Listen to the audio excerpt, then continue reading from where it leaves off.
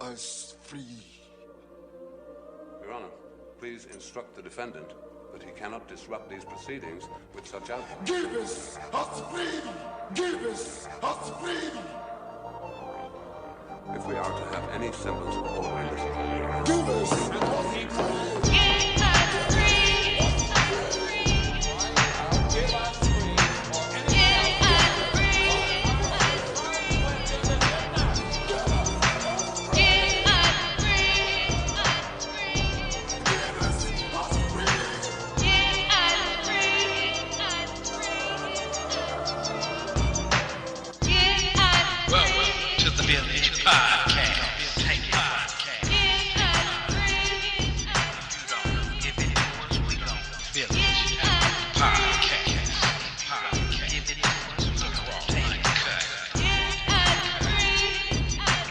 Peace, unity, and welcome my conscious and unconscious family and friends.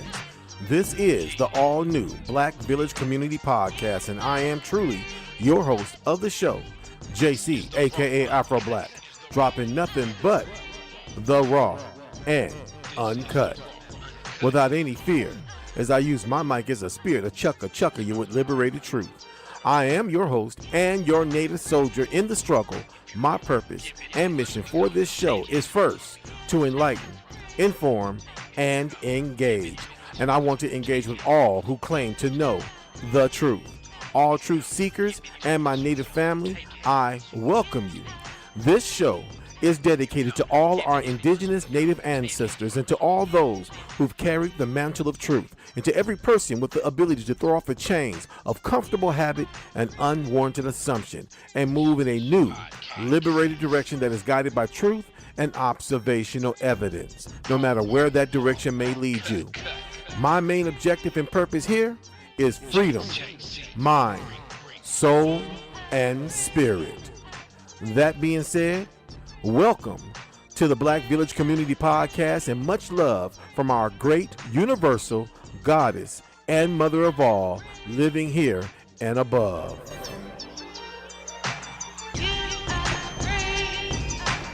AC in the house.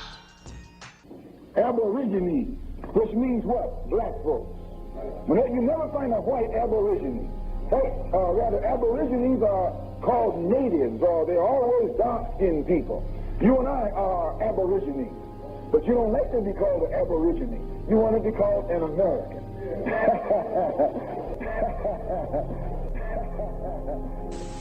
You go to a reservation, you see poverty, you see churches, and you see liquor stores. When you go to any hood, you see poverty, you see churches, and you see liquor stores. So what make you think you're not on a reservation? Right? So all these achievements that we ascribe to African Americans, these are achievements by Native Americans who had to take on the identity of being African American because they was hanging us.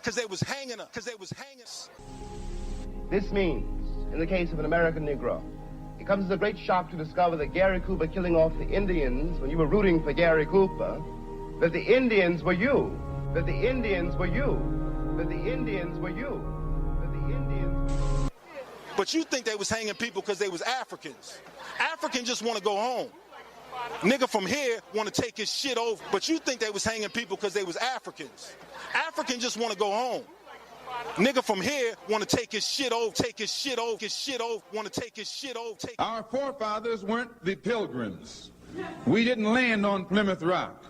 The rock was landed on us. The rock was landed on us. The rock was landed on us. The rock was landed on us. Freedom, freedom, freedom, freedom.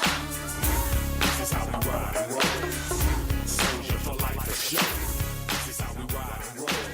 Hey, people, this is JC, aka Afro Black. Let me turn this down. This is JCK, aka Afro Black, and you have tuned in to the Black Village Roundtable Talks. I am your host with the most, JC, aka Afro Black, here to drop nothing but the raw and uncut. On today's podcast topic is, and I quote anybody who've heard it, I'm sure if you caught my podcast events page on Facebook, then you know the title is Confederate Monuments versus True History, Making Heroes into Zeros. Excuse me, making zeros into heroes. Let me get that right. Again, let me say that again.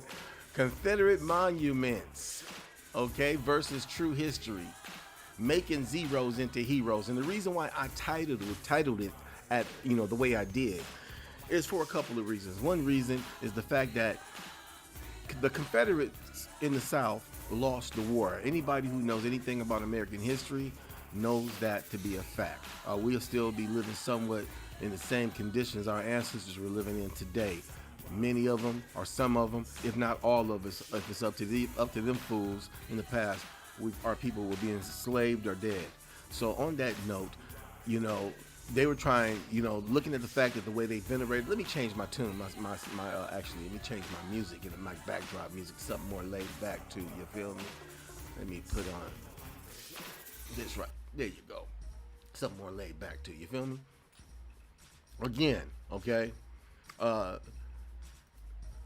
My real reason, the reason why I decided to talk about these Confederate monuments, though the fact that a lot of them are being taken down, is also the fact that I live in Northern California, born and raised here in Cali. And so I've always wondered as a kid, why are there Confederate monuments in California? California is not the South. We're nothing like the South. I mean, other than the fact that you have a lot of people from the South, like my grandmother and my great grandmother, from my grandmother's side, from my mother's side of the family, and my father's side of the family being from Texas, and my mother's side of the family being from Louisiana. You feel me? So other than that, I mean, my heritage and my relation and any thing I have to do, anything that personally I've known about the South comes through my family. You feel me? Other than my own personal research as a grown man. So, but as a kid growing up in California, and specifically growing up in Los Angeles, California, I've always wondered why was Confederates venerated the way they were? Why did the school, speak about or even talk about them in any positive light? Be the fact that the Confederate South wanted to keep their so-called antebellum way of living, the same. They didn't want to change anything. They wanted to continue to live off of the backs of indigenous Negroes. So, that being said, I've always wondered why. So, and that led me, I remember growing up as a kid as well, hearing about Sutter's Fort. You feel me? And I always wondered, what does Sutter's Fort have to do with the Confederacy or with the Civil War? I mean, didn't make sense to me. And so I had to find that out for myself. I had to research that for myself. I wanted to know what was going on. Why are there Confederate monuments in California? California not having anything to do with the fact that the South and California not having legalized slavery even during that time period at all. There was no legalized slavery in California. California was not a state at the time of the Civil War. So actually, to be historically factual about it, California didn't sign on as a union state until 1850. Prior to that, California was a Latino or a Mexican territory. Okay, so that being said, again, I've always wondered why was Confederate monuments and Confederate soldiers of the past being venerated, especially due to the fact that they lost the war. That was another reason that always boggled my mind. Didn't make sense. I mean, I know some of you, my brothers and sisters out there probably saying, JC, come on, you know the answer to these questions. You smart enough to know the simple answer. Of course, white supremacy is behind it. Of course, white supremacy wants to be remembered and venerated and honored by those who are in relation to that ideology and that philosophy. So I agree with that. But I'm the type of person, I be wanting to know the details of things. I'm the type of person that want to know the intricate parts and want to know what's behind the scenes. I want to know the real truth. That's the type of person I am. That's why I say I like, when it comes to indigenous history or when it comes to history in general, I like to, my theme that I always say is I like the raw and uncut truth. So that led me to doing a little research of my own to figure out what's going on, my people. And so I want to share some of that with you. What I'm going to show you right now on the screen is my monologue. Whenever I do a podcast, whenever I do a show, and I did radio for several years, internet radio for several years on Blog Talk Radio as well as Spreaker before I started doing any video podcasting is something new to me. This is all new. I'm doing all this myself, and I'm still working to perfect what I'm doing right now. But when I was doing radio, okay, I had to put together a monologue, which is basically a format on what I'm gonna talk about, when I'm gonna talk about it, and what areas I'm gonna talk about. So what I'm gonna show you right now is somewhat what I do on my own creation of a monologue when I do a show. So I'm gonna show this to you right now. And so this is gonna be some of the features of what I plan on talking about Confederate monuments versus true history, okay? Which is the title of the podcast. So let me take you over here. Okay. Turn this down. All right.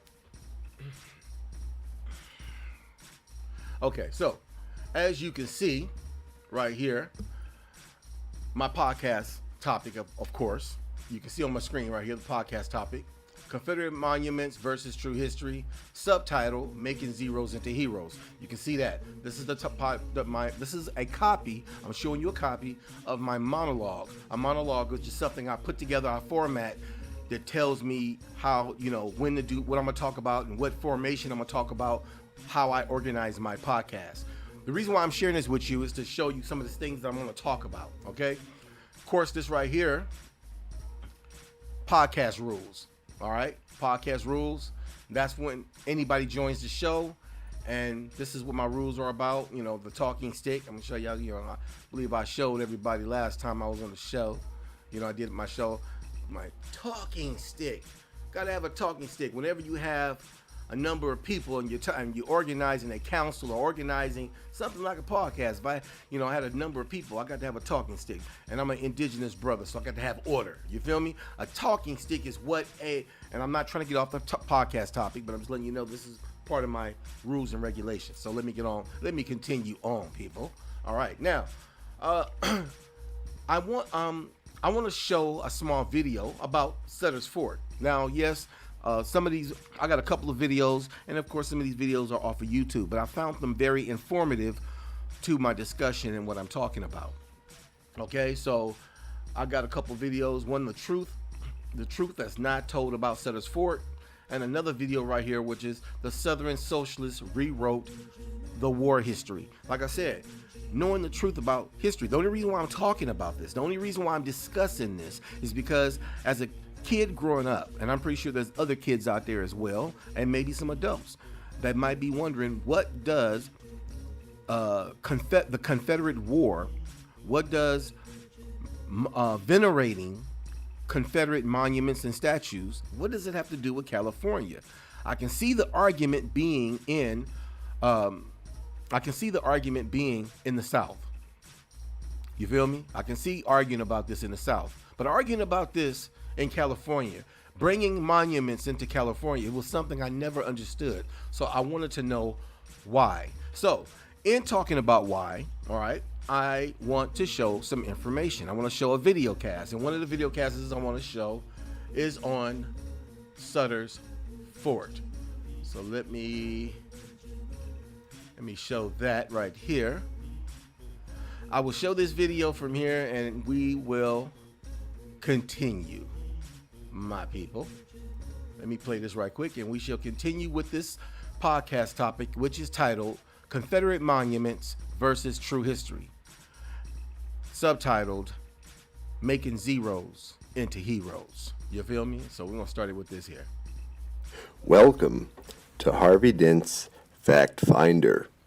And today, I decided I would take you on a tour of one of California's monumental landmarks, the Sutter Fort, right smack dab in the middle of downtown Sacramento, stands as a reminder of this great and fantastic man who helped found Sacramento and helped build California. Well, at least that's the history they're telling the school children who go to Sutter Middle School or Sutter Elementary. Truth is, Captain John Sutter wasn't even a captain. After he unlawfully fled his native Switzerland because he was going to go to jail for abuse of credit, he left his wife and 5 children with his debts and escaped to America using a French passport that had the name Captain John Augustus Sutter.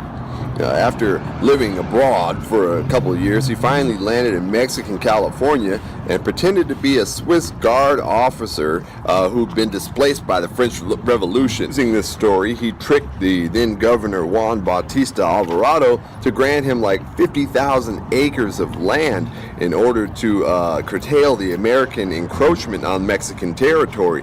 But he had to become a Mexican citizen in order to do so. By being granted this authority by the Mexican governor, he then enslaved most of the Native American population in the area, basically forced them to sleep on cold stone floors with no bedding, made them eat out of pig troughs, and would rape, sell, or give away as gifts California, the Indian children. Indian killing, slave keeping, fucking murderer.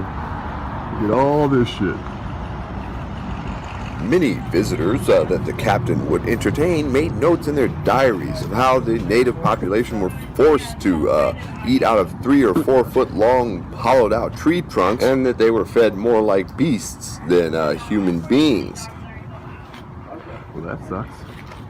So we have to pay to enter this? Don't our tax dollars maintain this shit already? They also claim that he was known to rape his Indian captives, even the girls as young as 12 years old. One of his appointed fort managers wrote that the Indians of California make as obedient and humble slaves as the Negro in the South.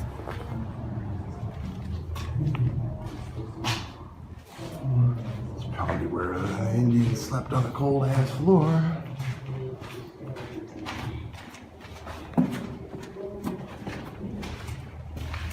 Oh no, this is probably where the Indians slept. No. In the end, Sutter pretty much got what he deserved, as after gold was discovered on his land, and because he was such a welcoming host of white immigration, his land was basically overrun by the white people, and over the next 2 decades, California would witness the catastrophic annihilation of the native peoples.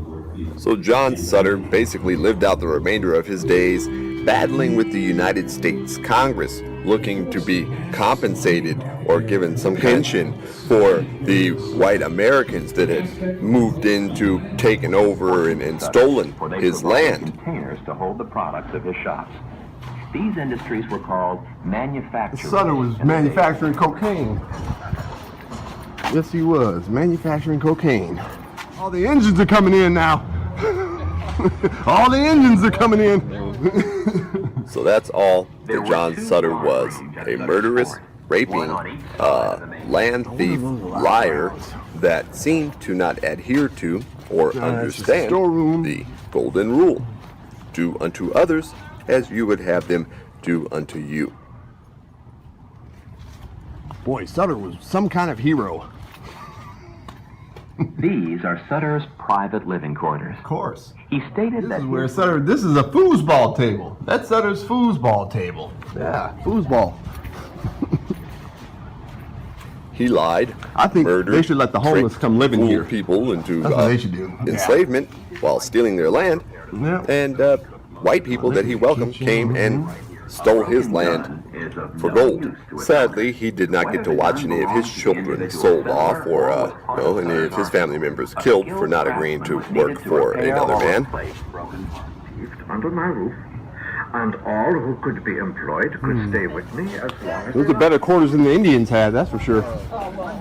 There you go. You heard it. You heard it, people. You heard it. Now, the question is, why did I play that? Okay? My reason for playing this little video about John Sutter is because, number one of the things that is written down in history, okay, for the justification of the U.S. government, or at that time, the American so-called government, at that time in 1850, when they made so-called California a part of the Union, snatching it from the Mexican government, was the fact that there were Americans living in that territory at the time. So that was one of their reasons. I mean, in that so-called justifiable reasons for coming in and slaughtering the Indians and doing what they did. But they also, one of the Americans who they accredit for settling in California was John Sutter. He was considered the so-called first white European American. And by the way, you heard what the man, with the guy who was speaking, what he said about John Sutter, which I have that information right here as well, that the man actually traded his way by leaving his family, his wife and his kids in Switzerland. He owed a lot of money. He was in debt and was also on his way to go to jail. So his way of escaping jail was coming to America and, stealing somebody else's personal information, calling himself a captain when he wasn't. You feel me? Calling himself Captain Augustus Sutter or whatever. But that was not his real identity. coming over here, settling in California, becoming a Mexican citizen to take some land from indigenous people, enslaved indigenous people to build his so-called fort and his so-called settlement, wherein what he basically did, created a business for himself where he was hospitable to travelers who came through what is now called Sacramento. You feel me? Which was coming through Sutter's Fort, which was his little so-called establishment of hospitality. Let them stay there, sleep there. He will feed them. And people took advantage of that as well. You heard what he just said. He ended up losing a lot of his land. A lot of his land got destroyed and so forth. And he spent the rest of his life trying to get replenished or get payback from the government for the destruction of his so-called land, which was never his land in the first place, was indigenous land. You feel me?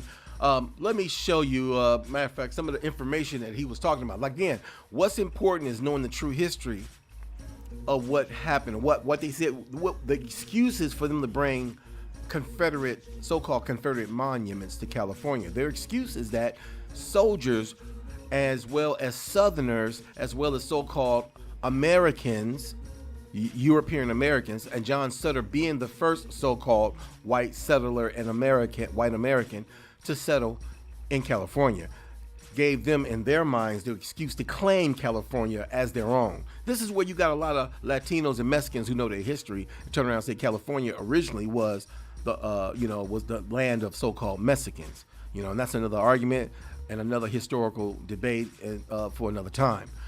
But so let me show this right quick. I got this information right here about Mr. John Sutter. Let me read it right to you right quick, PayPal. It goes, although financially ruined by the discovery of gold on his property in California. Now, this is taken from a historic website called HistoryNet. Okay, it's about John Sutter, basically, just basic history information about John Sutter. Okay, and it goes on, although financially ruined by the discovery of gold on his property in California in 1848, John Augustus Sutter is properly perceived in California as the Western history as an ambitious but magnanimous entrepreneur who was sympathetic to American settlement in Mexican California and treated the overlanders of the early 1840s with hospitable compassion. However, in this popular, essential, factual imagine fails to consider the Sutter's confrontational and exploitative relation with the Californian Indians, having abandoned his wife and children and debt in Bern, Switzerland in 1834. Sutter arrived in Mexico, California, July 1839, posing as a Swiss Guard officer forced to flee the French Revolution in 1830. A contemporary compared Sutter's uniform and grandiose manner to those of Hernan Cortez in his Palmas Day in 1841. By sheer force of personality and insightful awareness of political intrigue and conflict in California, Sutter persuaded Governor Juan Bautista Alvarado to grant him 11 square leagues of 48 acres, the maximum legal limit to a private rancho in Mexico, California. Now, I'm not going to focus on this, but this goes, like I say, they use this backdrop constantly. This is the reason why whenever you hear about California, they always want to talk about John Sutter. John Sutter was not a Confederate. He was not even a Union sympathizer or a Confederate sympathizer. He was basically somebody who was running from his debt, left his wife and kids, and came to California. And so now, white people, basically, or white Americans to this day in America, want to use his history as a backdrop to validify them taking California. Basically, that's just my opinion, my indigenous opinion about it. You feel me? And so let me drop on down. If you can read this article. This article is let me show you where this article. I got this article from right here. This is a biography of John Sutter, Pioneer Sutter, California. And this is in the Britannica. You can get this out of Britannica. So there you go. That's where I got this from. But now, let me also continue to validify my point that these guys, and when I say guys, I'm talking about white American historians, white American teachers on college campuses and high schools, whenever they talk about the history of California, it doesn't matter if they're talking about the gold rush. It doesn't matter if they talk about the missions of California, the so-called missions of California, or they used a term called civilizing the indigenous people of California. It was all about taking California and making it their own. And it was a political guise behind this. So let me show you guys something else right quick. Let me show you something right quick. Alrighty there. All right, this is what I want to read right here. All right.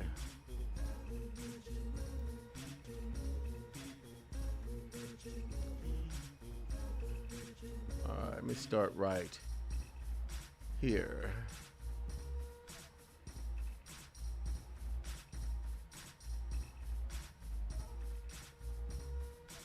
All right, I'm gonna start about right. Okay.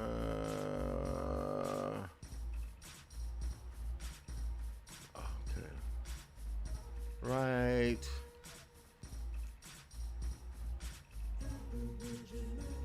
Here we go. Right here. I'm gonna start right here. All right. Here we go. Here we go. Now, and this that I'm reading right here. This is titled. Okay. The Attitude of California Towards the Civil War. Okay, this is a historical society Southern. This is actually put out by the Historical Society of Southern California. Okay, University of California Press put this out, and it's titled The Attitude of California to the Civil War. I found this very interesting. Again, like I say, they try to connect California to the war. California. You know, and these guys, despite the fact of that California was Mexican territory, the Europeans had their own plan on what they were going to do with California. And so I want to read this right here. Okay, I'm going to start right here. This proves my point. All right, starting right here on page 105, it says, slavery, as have said, never was a legalized institution in California. In 1829, slavery was abolished from all Mexican territories, and by 1848, there were relatively few Negroes. Listen to this, okay? In 1848, there were relatively few Negroes in California. In 1848, the Constitutional Convention excluded slavery from California with practical unanimity, okay, unanimity. So that when Congress admitted that the state of union admitted the state into the union, it came in as a free state. The sentiment of the Golden State in 1849 and 1850 against the institution of slavery, however, did not wholly deter slave owners from bringing their slaves with them to California. At the beginning of the gold rush, in fact, quite a number of people from the South brought their slaves with them to work with them in the mines. Many hoped and believed that California would side with them in some great slavery. Let me repeat that one more time. Many hoped and believed that California would side with them on the great slavery question. In 1850, there were nearly 1,000 Negroes in the state. Again, now if you notice, this article is focusing on how many so-called Negroes are in the state. Okay, in 1850, there were nearly 1,000 Negroes in the state. In 1852, the number had increased to nearly 2,200. Many in virtual slavery. For contemporary evidence goes to show that many Negroes continued in the state of slavery in California for shorter or longer periods after 1849, some not being released from their involuntary servitude. Listen to that. Listen to that. Did you hear that? Let me repeat that again. He said it was slavery. Now he's calling it involuntary servitude. Let me read that. Many Many in virtual slavery, listen to that word virtual, what the hell is virtual slavery, huh? Okay, many in virtual slavery for contemporary evidence goes to show that many Negroes continued in a state of slavery in California and for short or longer periods after 1849, some not being released from this involuntary servitude until the period of national emancipation. Now, I know anybody who heard me read this or anybody who followed this article know that these are not Africans. These are indigenous American Aborigines. Number two, why? Well, number one, the number, they go from 1,000, then they jump. Now, these are not indigenous Negroes, then these are indigenous servants that they brought with them when they came from Europe. But be the fact that this is 1849, and if you notice the jumping around with the dates from 1852 to 1850, 1848, 1849, and all so forth, that these are indigenous Negroes, indigenous to the Americas. Basically, they're native Californians. They're indigenous native Californians, Native Americans, American Indians, aka so-called black Indians. You feel me? That's who these are, and this is the reason why they playing around with their name, their titles, what their positions are, right? Slaves, and they want to call them involuntary servitude until the period of national emancipation. Get out of here with that. Let me continue on with my point I'm trying to make. The point I'm trying to make is why were they coming? You heard me read that they were coming. Southerners were bringing their slaves looking for gold and settling right here in California. You feel me? This is before, the war started. Okay, so let me go on. All right, now, many in virtual slavery of contemporary evidence goes to show that many Negroes continued in the state of slavery in California for short or long periods after 1849. Some not being released from this involuntary servitude until the period of national emancipation. The slavery laws in California were stringent. No other free state in the Union had such odious laws against Negroes as had California. Just as the state was admitted into the Union, a fugitive law was passed authorizing the extradition of slaves brought into the state voluntarily by their masters. Did you hear that? Yet they claim that there was no legalization of slavery, but there was also nothing against bringing your slaves to California. You feel me? The slavery laws in California were stringent. No other free state in the Union has such odious laws against Negroes as had California. Just after the state was admitted into the Union, a fugitive law was passed authorizing the extradition of slaves brought into the state voluntarily by their masters. Also, the legislature of 1852 enacted a law against Negroes, which the legislators of 1853, 1854, and 1855 reenacted, the intention being to legalize the kidnapping of free Negroes as well as the arrest of fugitives. Do you hear that? So basically, they're not legalizing people to have slaves in the state, but you know what? We'll help them go back to their masters. We'll help kidnap them and take them back. We'll help these Southerners out because they are brothers. That's what they were doing. You feel me? So you see the bigger picture? By the time the war started, you already had a bunch of Southerners living in California comfortably, expressing their political views. Let me continue on, okay? All right? Let me continue on, all right? All right. In the intention of being legalized, the kidnapping of free Negroes as well as the arrest of fugitives, the Supreme Court in California in 1852 said that slavery was still a legal institution. But it wasn't illegal in California, though. Okay, California in 1852 stated that the slavery was still a legal institution, i.e. that slaves brought to California before 1849 were still slaves when California was admitted to the Union. But in 1859, a case was decided reversing the formal decision and stating that only travelers or temporary visitors could lawfully hold slaves in California. Laws and laws and judicial decisions, however, were not sufficient to prevent either the introduction or the continuance of the institution.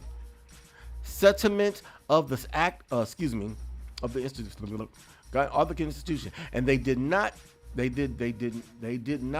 by any means abate the aggressive settlement of the active and the able pro-slavery minority in California, which dominated the politics of the state in the first decade of its existence, and with the preached of the delusive doctrine of the popular sovereignty, whenever opportunity offered, the slavery question played a distinct part in the settlement of the boundaries of California in the Constitutional Convention of 1849, and it attempted division of the state later. In 1849, the Southern faction, led by Gwin, made the eastern boundary of the Inhoit state of the crest of the Rocky Mountains. Gwin's plan was to make the area of the state so larger that Congress refused to admit, let me turn this page and go down,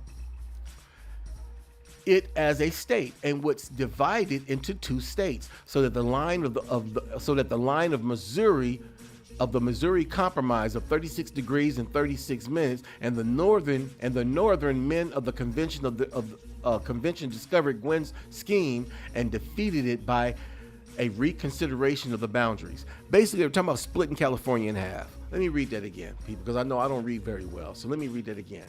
The slavery question played a distinct part in the settlement of the boundaries of California in the Constitutional Convention of 1849, and it attempted divisions of the state later.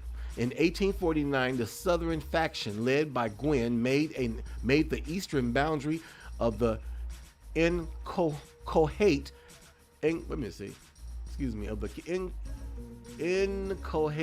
state to crest of the Rocky Mountains. Gwin's plan was to make the area of the state so large that Congress would refuse to admit it as one state, and would divide it into two states on the line of the Missouri Compromise, 36 degrees and 36 minutes. The northern men of the convention discovered Gwin's scheme and defeated it by the reconsideration of the boundary sections at the very close of the convention.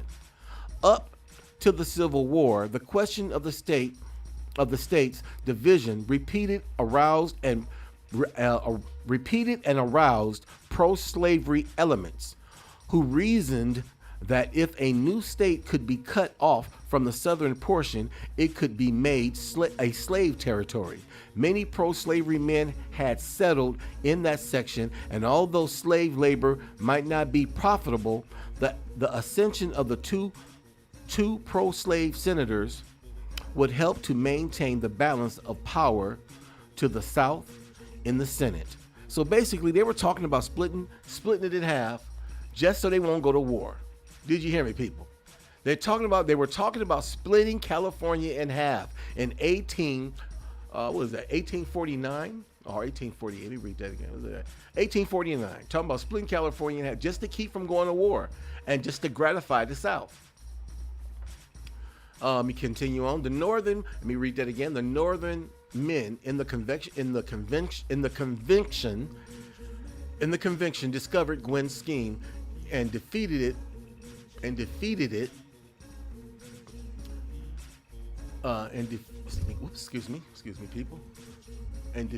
by a reconsideration of the boundary section in a very close of the division. Aroused the pro-slavery elements, whose reasoned that if a new state could be cut off from the southern portion, it in that section, although slave labor might not be profitable, the ascension of the two pro-slave senators would help to maintain the balance of power to the South in the Senate. The legislature of 1859, which was intensely pro-slavery, passed a bill which the governor approved to set off 6 southern countries and form a separate territory government and a separate territory and government for them. The people of these counties themselves voted 2,477 for 828 against dismemberment, and the result of the vote and the act were sent to the president and Congress. But there's a but. But the intense national excitement over the question, which led to Civil War, delayed action. And the North and nothing ever came. And nothing ever came to this movement in the interest of the post-slavery element in California. They were trying to split California up so the Confederates can have a half, so they can have their so-called Southern heritage and lifestyle. But it didn't happen, people. They voted it out, and it never happened. Now, that explains the reason why a lot of them feel like that California should be theirs, or California is a part of their so-called heritage. Remember, they had people coming here looking for gold coming from the South. You had Confederate sympathizers, those that considered themselves Confederates. So that's what happened with that, people. Let me come on back over here with that. But I got some more stuff I want to show. You feel me? The question is, again, that was their justification for bringing monuments here, due to the fact that they felt like half of California was theirs, because that was a discussion and that was a plan of theirs, but it didn't work out that way. You feel me? Also, as a result of that, you had many from the South bringing their slaves here, setting up shop as if they were living in the South, even though slavery was not legal. But then again, you had those in legal positions allowing things and even encouraging and fostering the attitude of slavery by sending their slaves right back to their masters who left the South and came here. You feel me? So it's really cracks me up. I mean, still to this day, when it comes to politicians here in America, you see that double-tongued, that two-horned individual who never really does anything for the people without having his own motive, his own agenda. You feel me? And especially when it comes to so-called Negroes, aka so-called black folks, who are really American Aborigines, and they're robbing us of our culture, robbing us of our identity with this continual, perpetual classification of a lie, of a classification that they're getting our people and have gotten a lot of our people to accept. You feel me? So the question still stands. Even though I know this, and I'm reading this information on what they did to validate venerating Confederates monuments in California, because, you know, me reading this answers a whole lot of questions. It still stands. Who was behind all these monuments going on? Who was the real power behind it? Because it takes a lot of money to erect large statue monuments. Doesn't matter who it is. I mean, the one that they erected in Washington to Martin Luther King, that costed millions of dollars to erect that, to have that made and have it put there. So the question is, who was the power behind this? And you know, it shocked me to find out that the real power behind putting the monuments throughout this country, venerating the Confederate propaganda, venerating the so-called Confederate soldiers who believed in a antebellum way of life, wanting the old ways of the Southern way of living to be all over this country and to continue on. The people who was behind this ideology, who continued it, I was shocked when I find out, people. You know what? I'm gonna let you just see this yourself. You feel me? I'm just gonna let you see this yourself. I got another video I want you to check out. I mean, where that video at? Okay, I got this other video I want to show right quick that is going to explain what I'm talking about. Let me play this right quick, people.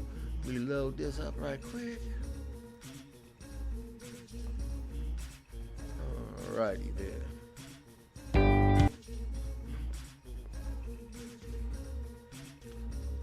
Alrighty there.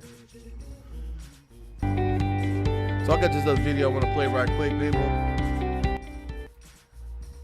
And this video, when I first saw this video, because I did not know, I do research, but I want everybody to know when it comes to American history, American culture.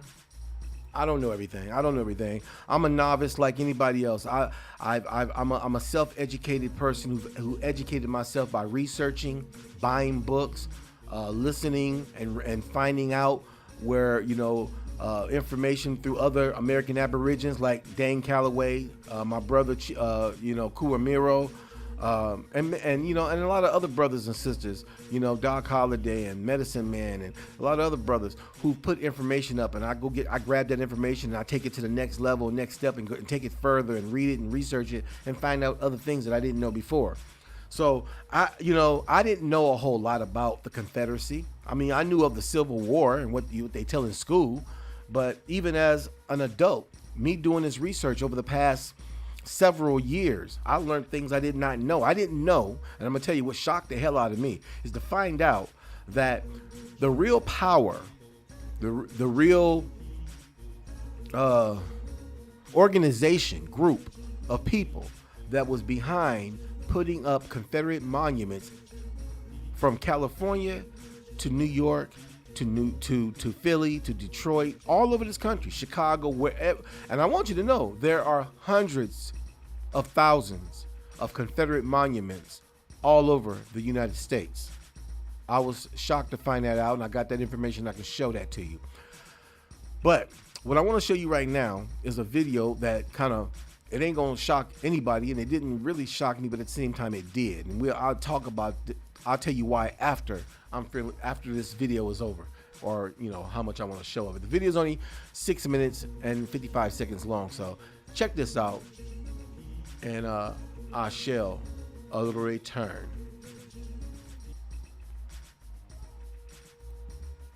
Listen to how this textbook describes slavery. The master often had a barbecue or a picnic for his slaves. Then they had a great frolic. Even while working in the cotton fields, they sang songs. The beat of the music and the richness of their voices made work seem light. Yikes, that's from History of Georgia, a textbook published in 1954 that was taught across junior high schools in Georgia for decades. That sort of language is part of an intellectual movement called the Lost Cause, a distorted version of American Civil War history that's been prevalent in the South for a long time. It took shape soon after the defeat of the Confederate States in the war, when Southern historians like Edward Pollard and former Confederate General Jubal Early started preserving the South's perspective through their writings. They framed the Confederate cause as a heroic defense of the Southern way of life against the overwhelming forces in the North. That narrative has a few basic tenets: the glorification of Confederate soldiers who died for a cause they believed in, the belief that slavery was a benevolent institution, and maybe most importantly, that slavery was not the root cause of the war. The Lost Cause is one of the most notoriously effective efforts to rewrite history, and it was done by the losing side. So how did it become so deeply rooted in Southern memory? Blame the United Daughters of the Confederacy. The UDC was founded in Nashville in 1894 to preserve Confederate culture for generations to come. The women who made up the group descended from elite antebellum families, and they used their social and political clout to spread the pro-Southern version of the war as real history. You've probably seen their efforts to honor the Confederacy, but maybe you didn't know it was the UDC. They're the ones who covered the Southern landscape with memorials for Confederate leaders and soldiers. They used their fundraising and lobbying skills to pressure local governments into erecting monuments in prominent public spaces like courthouses and state capitals. Installed here next to the state capitol by the United Daughters of the Confederacy. The United Daughters of the Confederacy donated this memorial to the city back in the 30s. They put them along roadsides and in parks. Any place that was remotely relevant to the Confederacy was memorialized. By the early 20th century, the UDC had 100,000 members in chapters spread all over the country, but mostly in former Confederate states. And there's a reason they grew so quickly during that time. So we're talking about roughly 3 decades after the end of the war, and the Confederate veterans themselves are beginning to die off. So there is this push to find ways to commemorate it, because the big challenge by 1900 was there's a new generation of white Southerners being born, and they never experienced the war years. That push is visible. Most of the Confederate monuments were erected during the UDC's height of influence. There's a rhetoric around monuments that we want to get this thing built before all of that generation has died off, and And the reason we want it is to teach future generations about those men. Dr. Karen Cox wrote the book on the UDC, and I asked her if it was fair to say the group established the lost cause as historical fact in the South. Oh my God, yeah. They were the leaders of the lost cause into the 20th century, and they made it a movement about vindication. Just to give you an idea of how effective they were, they successfully lobbied for a Confederate memorial in Arlington National Cemetery, which U.S. President Woodrow Wilson proudly unveiled to a cheering crowd. Now that's influence, right? Monuments are the least of what they did. What? I mean, they are the most visible and tangible, but the work with children was far more influential. It turns out a central UDC objective is shaping how children think about the war and their Southern heritage. One of their most powerful tools?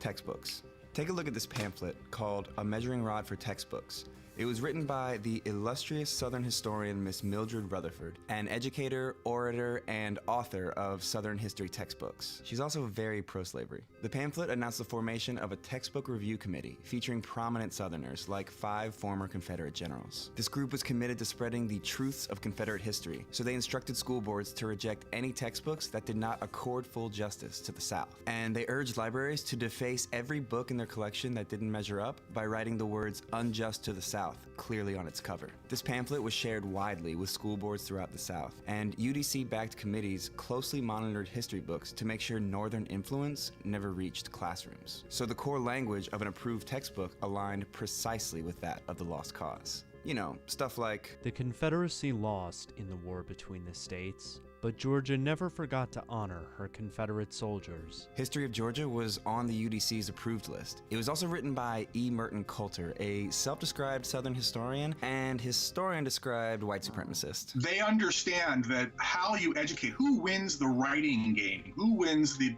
battle over history, ultimately wins the war. That's the big fight for the UDC. But their work with children went further than the classrooms. The UDC formed an auxiliary group called the Children of the Confederacy, which was designed to get kids born in former Confederate states to actively participate in their version of history. Group leaders had kids recite call and response truths from something called the Confederate Catechism. Children up to the age of 18 would compete and be rewarded for memorizing long passages of lost cause rhetoric. So it would be like an after-school thing, you know, like that was your club. You would go after school to the meeting of the Children of the Confederacy, and your leader might teach you songs of the South like Dixie or other songs that were considered Southern patriotic songs. They would have them write essays, go visit the veterans, and learn this catechism. Children were also the centerpiece of their community's monument unveilings, like this living flag at the dedication of the Stonewall Jackson Monument in Richmond. Yes, those are school children. The UDC's efforts shaped the identities of children who grew up with the lost cause. They made history personal, and that made their story last longer. Generations of children learning that narrative in a variety of ways grow up to be, you know, segregationists in the 50s and 60s, because that's been drilled into them since they were children. After World War I, the UDC started losing steam, but the damage was done. The monuments were in place, and the textbooks they wrote remained in Southern classrooms until the late 70s. And the women's group did it all without the right to vote or participate in politics. You can still get glimmers of this lost cause memory of the war from people who will always choose to see it through the personal. And I think the UDC, to a great extent, was their goal. So the next time someone says the Confederate monuments are about remembering our history, just know that that's exactly what the United Daughters of the Confederacy wants you to think. There you go, people. You heard it. You heard it. Now I'm gonna tell you something. I'm gonna tell you what really caught my eye about this video that we just read. A few things though, but I'm gonna tell you what mostly really caught my eye about this video. How it was in the hands of women to keep their memory, veneration, history, their version of history. That is, their version of history. Look to the degree of what they used to do it. They used women as teachers, as influencers, as mentors. They used the women to put together a school curriculum. Did you hear me? A school curriculum. You feel me?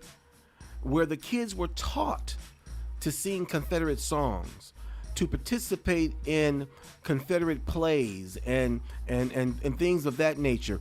Why? To embed and to cement it in the minds of the children, to always honor and to respect their so-called version of Confederate history and the ideology behind it of what? That slavery was okay. Oh, and that the war was not over slaves. And you know why? To get their people. Starting when they were, look, they were doing this in school. I got the information to show this. I'm not sure if I got the time to continue this. It's going on 6 o'clock. I'm gonna continue this. What I'm gonna end up doing is continuing this podcast topic because I got more information I want to show. You feel me? Matter of fact, let me show you something right now to prove my point. Because now the reason why the fact that these were women doing this that boggled my mind. Okay, I'm gonna tell you why, because I know you might be saying, JC, what are you tripping off of? Ain't no big deal. These are white women. They were promoting their white supremacy through their propaganda and ideology, and they were doing what they always do. They're still doing it to this day. They push it through their children. So when their children grow up the next generation, it continues. The propaganda continues. The white supremacist propaganda continues. But let me tell you, people. What I tripped off of is that obviously these people understood the influence and the power of a woman.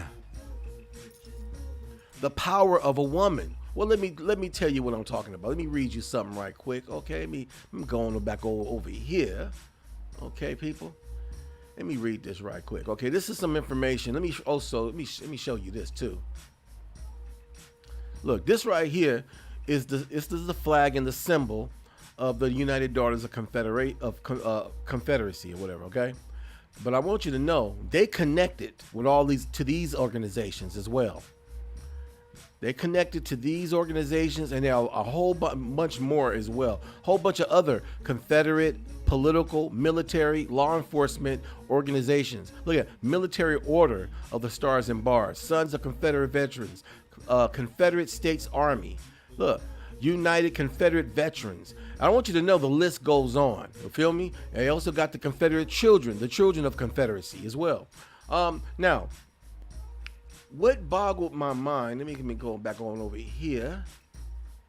Let me read this right quick.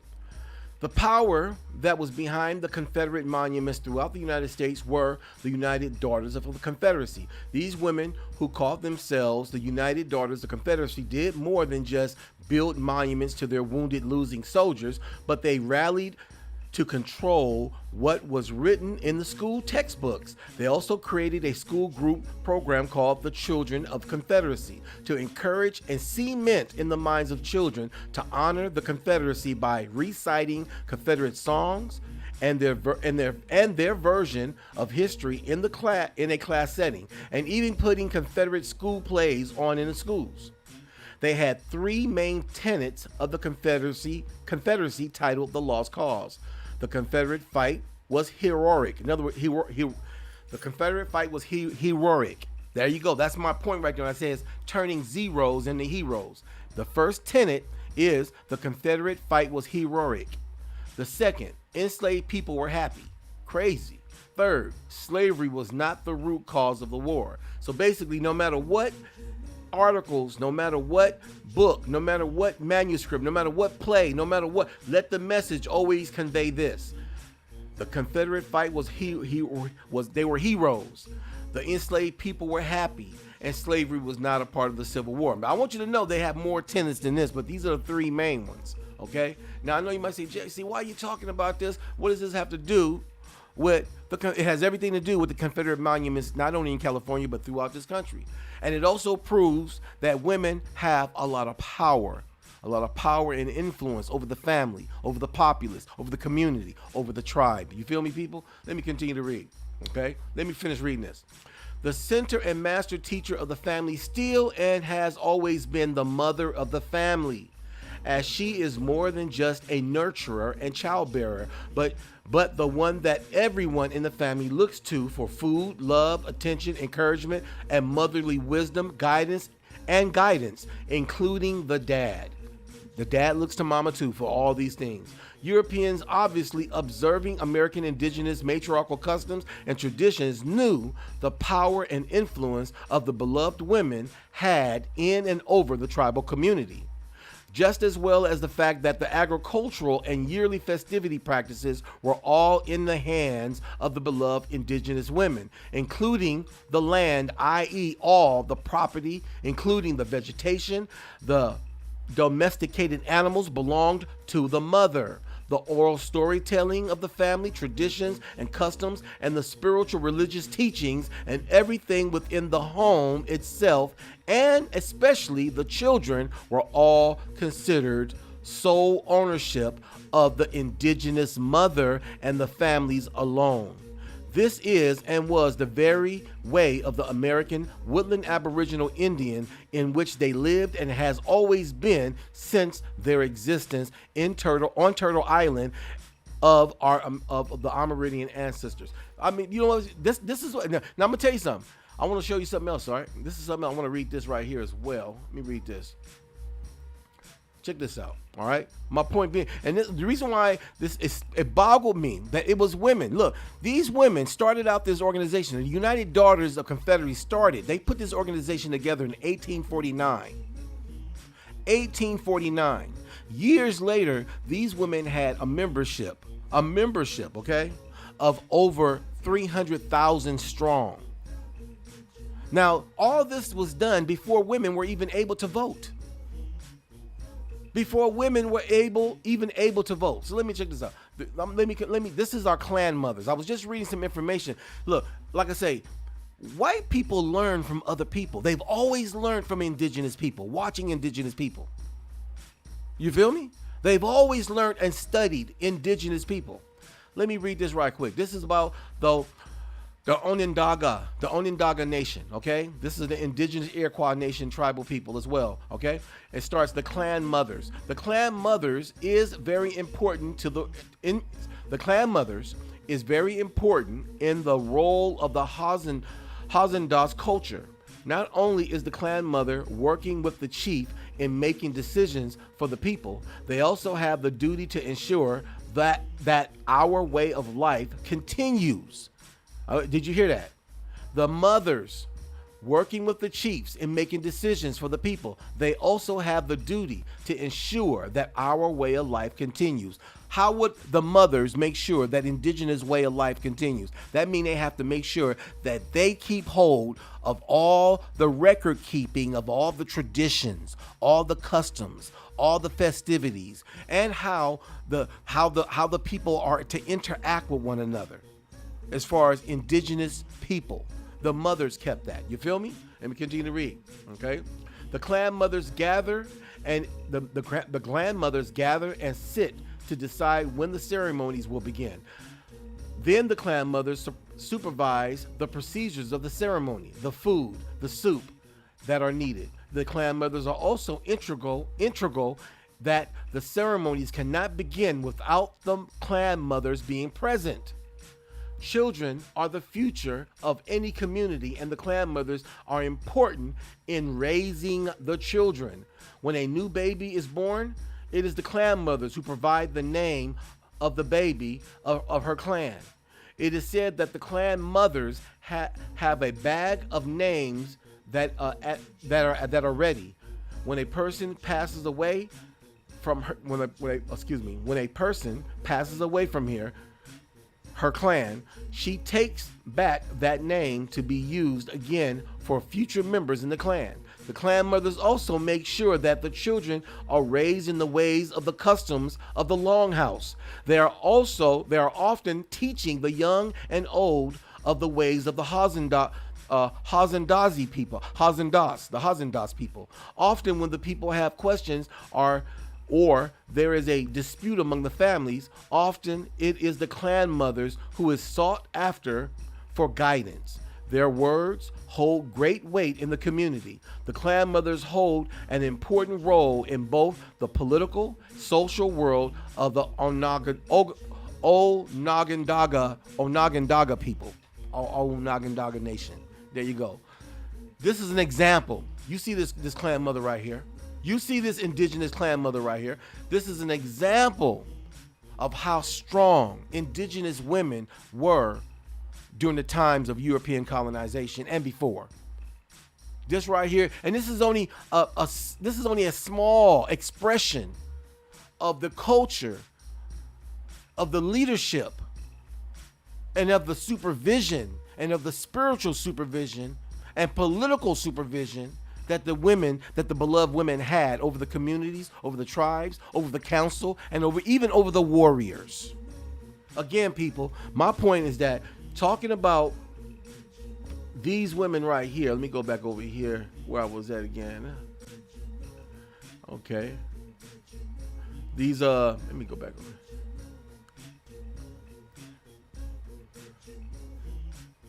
All right, the daughters of the Confederate. Okay, these women.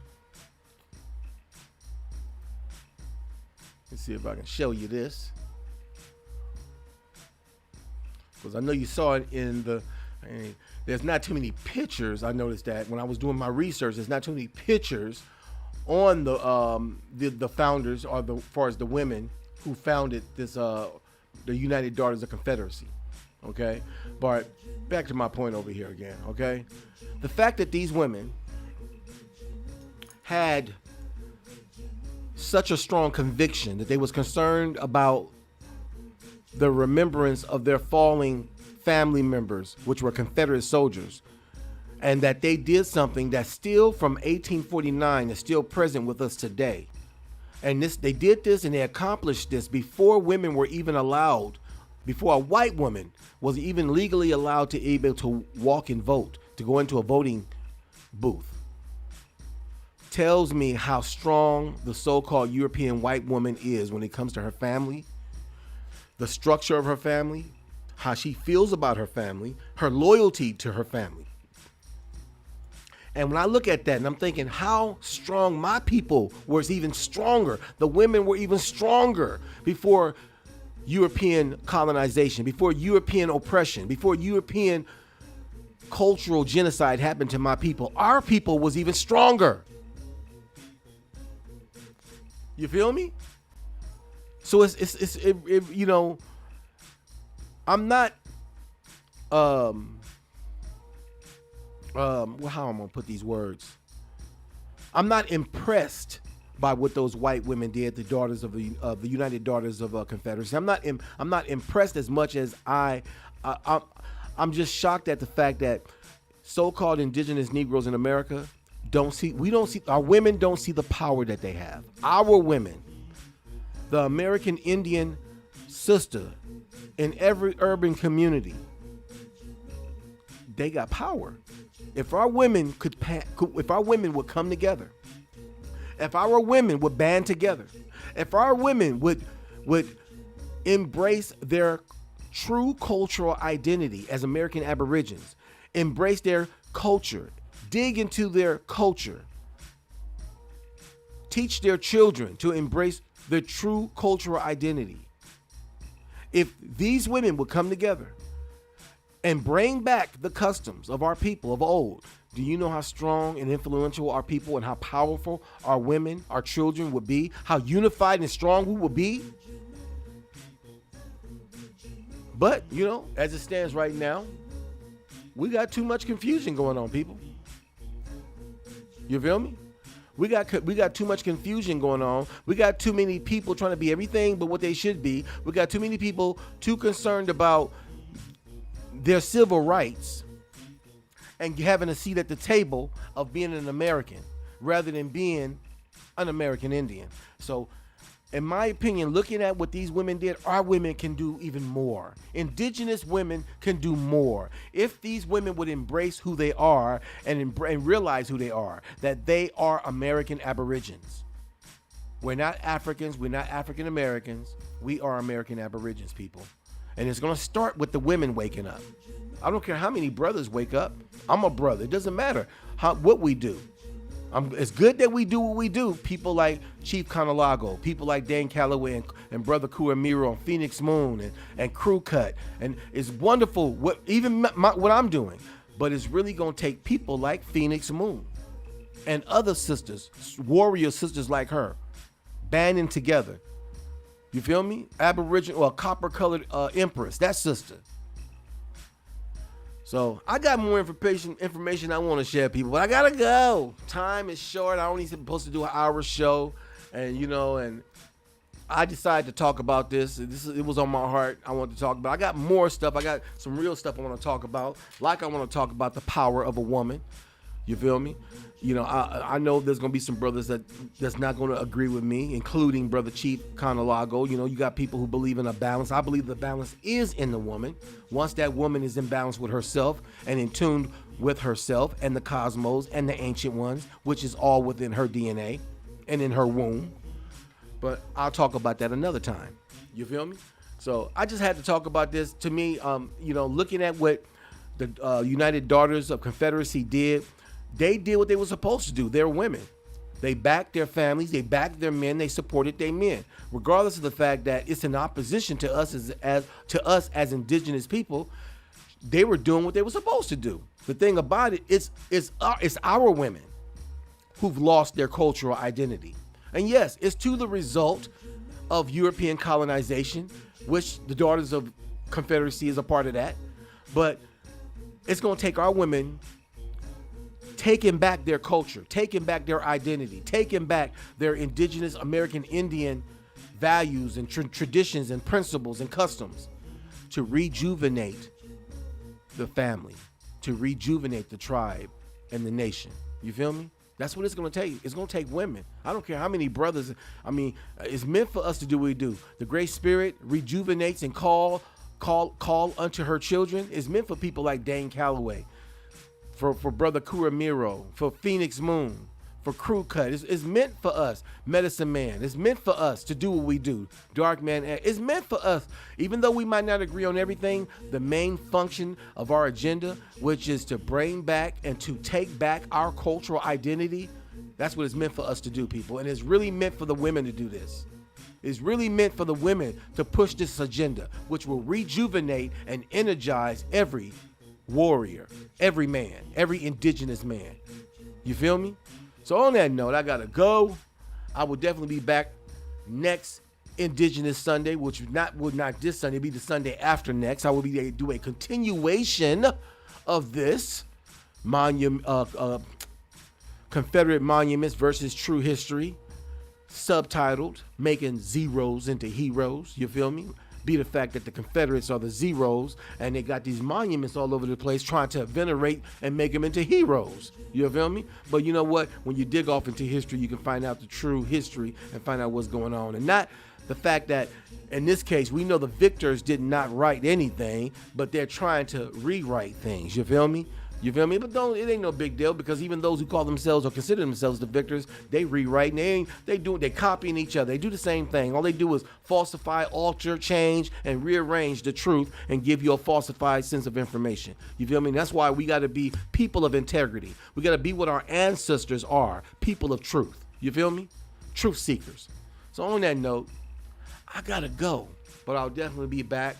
And also, I haven't forgotten my queen, my wife, which I'm gonna get her on this show real soon. I'm gonna get her on. She gonna come on. Y'all gonna hear from my queen real soon. But she's making this jewelry. Again, this is my wife's handiwork. My wife put this together. You feel me? She's getting a collection together. I'm gonna be real soon selling this jewelry, showing it on my show. I'll be showing this real soon. These are real stones. This is not no plastic. The sapphire, onyx, and moonstones. And yeah, I said sapphire. This blue sapphire stones, real stones, not no fake stones. You might say, well, blue sapphire, that don't look like no blue sapphire. No, that's because these are raw stones. These are not ovened stones. These are not my onyx and my sapphires are not the moon. The moonstones have been fired, but my sapphire are raw stones. They've been what's called faceted. So they're faceted raw sapphires. And the knitting my wife did with her hands, the knitting and even the dream catcher itself, and even all this, the blue knitting and all that, my queen did with her hands. It's done on satin. So it's done with a satin string. You feel me, people? So I'm gonna be real soon. Probably, she's putting together a collection, not just necklaces, but also for your dream catchers for your car, keychains, dream catcher keychains, dream catcher necklace. She's making a whole collection, and I'll be showing that on my show, showing you her collection at the end of every show. Real soon, that's coming up. You feel me? And as well, like I said, anybody have any information or they want to join me, doesn't cost you a dime, just a bit of your conscious time, you can chime in at 857-232-0155. Again, that is the Black Village Hotline. You can join me here every other Sunday. Not every Sunday, but every other Sunday. You can join me here at the Black Village Roundtable Talks at 857-232-0155. Conference key 947595. Again, that's conference key 947595. And this is JC, your host with the most, here at the Black Village Roundtable, dropping nothing but the raw and indigenous truth to the youth. You feel me? And I will be back. But I got to go, people. I got things I got to do. I got books I got to read, books I got to buy, books I got to research through, PDF files I got to research through. A lot of work, people, a lot of work. You feel me? But I will definitely be back, dropping another podcast the week after next Sunday. You feel me? Dropping nothing but the raw and uncut here on the Black Village Roundtable Talk. But I got to go, people. And as always, as I always say, may the great mother, the great spirit, which I believe is the mother of heaven and earth, here and above, you feel me?